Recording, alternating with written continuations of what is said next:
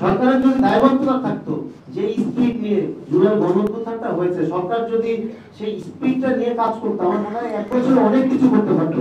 But আজকে 1টা বছর হয়ে গেছে, কোনো কিছু দেখছি না।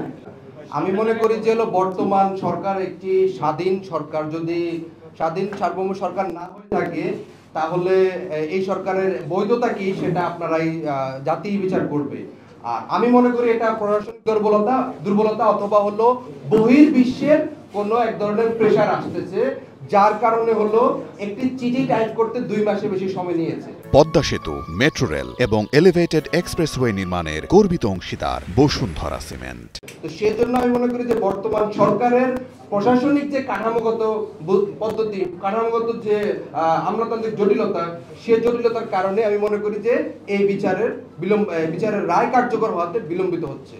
কিন্তু আইনি প্রক্রিয়া যে এত বিলম্বিত যদি হয়, আপনি যদি একটা চিঠির মানে রায়ের কপি টাইপ করতে আপনার 2 মাসের বেশি লাগে, তাহলে সেক্ষেত্রে একটা রায় কার্যকর করতে কতদিন লাগবে সেটা বলেন। তো এই যে বিড়ম্বনা, আপনি এই দপ্তর থেকে ওই দপ্তর একটা কপি, এই যে বিড়ম্বনা, এটা আসলে বাংলাদেশের মানুষ কিন্তু দেখতে চায় না। আপনি দেখেন, শুধুমাত্র মেজর সিনহা স্যার না, মেজর সিনহা স্যার যেহেতু আমাদের সশস্ত্র বাহিনীর একজন লোক, এই জন্য হয়তো আমরা তার প্রোগ্রামটা করছি। এছাড়া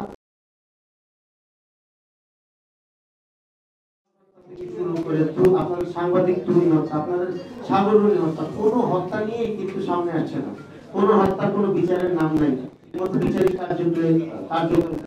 আমাদের প্রশ্ন হচ্ছে, যেই হত্যাটা রায় অলরেডি হয়ে গেছে, হাইকোর্ট রায় দিয়েছে, এরপর অ্যাপেলাইট ডিভিশনে গেছে সুপ্রিম কোর্টে, সেটা রায় হয়ে গেছে 2 মাস আগে, এখন পর্যন্ত কেন কার্যকর হচ্ছে না? এইটা কি কোনো যুদ্ধের ভয়ে, কোনো শক্তির ভয়ে তারা এখন পর্যন্ত কার্যকর করছে না, নাকি তাদের কোনো আসলে আন্তরিকতা নাই এই ফাঁসির রায়, তাদের দায়বদ্ধতা নাই? সরকারের যদি দায়বদ্ধতা থাকতো, যে স্পিড নিয়ে জুলাই গণঅভ্যুত্থানটা হয়েছে, সরকার যদি সেই স্পিডটা নিয়ে কাজ করতো, আমার মনে হয় 1 বছর অনেক কিছু করতে পারতো।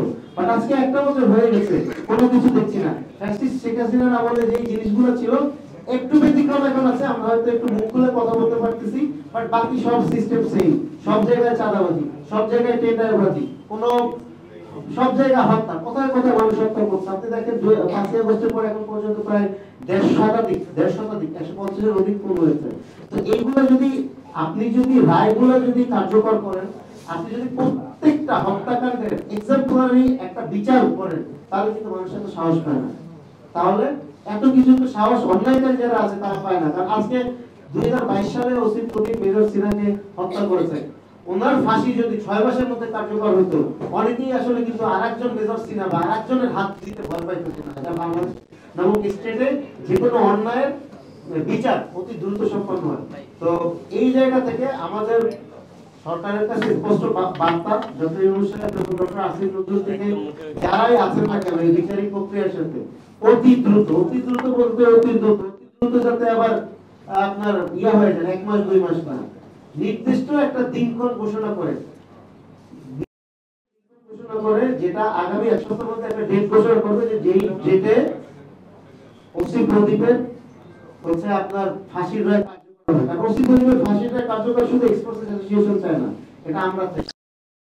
আপনারা যে আন্দোলনের কথা বলছেন, ভাই সামনে তাকায় বলেন, আপনারা যে আন্দোলনের কথা বলেছেন, এক্সপোর্টার্স অ্যাসোসিয়েশন হচ্ছে ওসি প্রদীপের রায়, মানে ফাঁসি যদি আগামী, আমরা যেটা বলছি, ফাঁসির রায়ের ডেট যদি ঘোষণা করা না হয়, আপনাদের নিয়ে সারা দেশবাসীকে নিয়ে এক্সপোর্টার্স অ্যাসোসিয়েশন এর বিপক্ষে অবস্থান গ্রহণ করবে। For more updates, follow us on Facebook, subscribe our YouTube channel, get the latest update on www.daily-sun.com.